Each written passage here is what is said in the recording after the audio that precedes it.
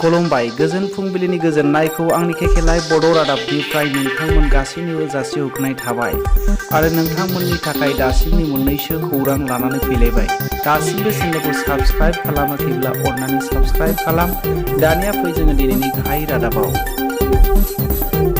मोनसे जोबोद गोजोनथाव खौरां। जोंनि भारतनि धोनिसिन मुकेश आम्बानी आरो बिनि बिसाज्ला आनन्द आम्बानीया एबा रिलायन्स जिअ' इन्डास्ट्रिनि मालिक बिथांमोनहा जोंनि आसामाव दै बानाजों लोमजानायफोरनो आसामनि CM फान्डआवहाय दै बानानि थाखाय 25 कौटि रां अनसुंथाइ हरदों।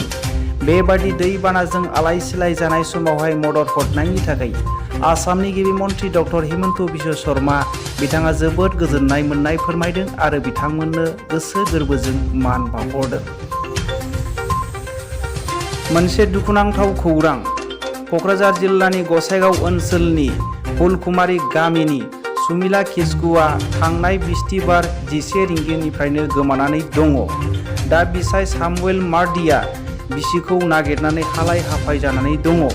बिसाय सामुएल मार्डिनि फोरमायनाय बायदिब्ला सासे 5 बोसोरनि हिनजावसा गथ' दङ। बे हिनजावसा गथ'खौ गारनानै थांनाय बिस्थिबारावनो गोमानानै दङ होननानै फोरमायदों।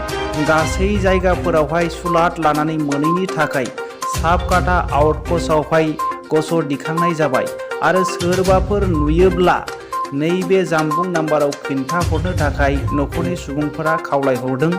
8572846439 बे नाम्बाराव खिन्थाहरनानै खौरां हरनो थाखाय न'खरनि सुबुंफ्रा बयखौबो खावलायहरदों। मोनसे जोबोद दुखुनांथाव खौरां। 32 बिगा हाखौ नागारनो एबा हगारनानै होनो हाया होननानै दावराय देख्रेब बिथांमोनहा क'क्राझार गौरां खाथिनि सानमारियाव थानाय बाथारमारि गामिनि गोदो गोदायनिफ्रायनो आबाद मावनानै जाबोनाय हाखौ क'क्राझार जिल्लानि खुंथाया जिल्ला मावख' आरो सार्किट हाउस लुफुंनो थिरांथा लानायखौ बाथारमारि गामिनि मानसिफोराबो गोख्रों हेंथा खालामदों आरो बड'लेण्ड जातीय सुरक्षा मन्चआबो एबा दावराय देख्रेब बिथांमोनहा जिल्ला खुंथायावहाय गसर दिखांनानै माब्लाबाबो बे हाखौहाय नागारनो हाया होननानै बिथांमोनहा गसर दिखांदों। मोनसे जोंनि बर' हारि आरो बर' रावनि थाखाय मोनसे गोजोनथाव खौरां।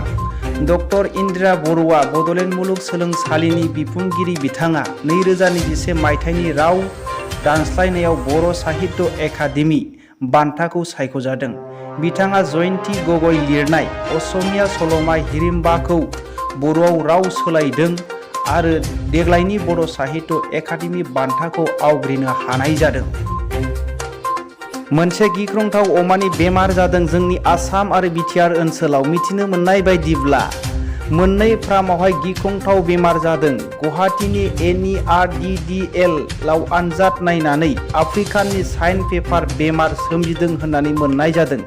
बे खौरांखौ मोननाय लोगो लोगोनो उदालगुरिनि आयेन आफादनि खोला खवाबिल गामियाव गिख्रंथाव एरिया फोसावनाय जादों। दा बे ओनसोलाव 144 दफा बायदियै अमा फाननाय आरो अमा फिनायखौहाय बन्द खालामनाय जाबाय।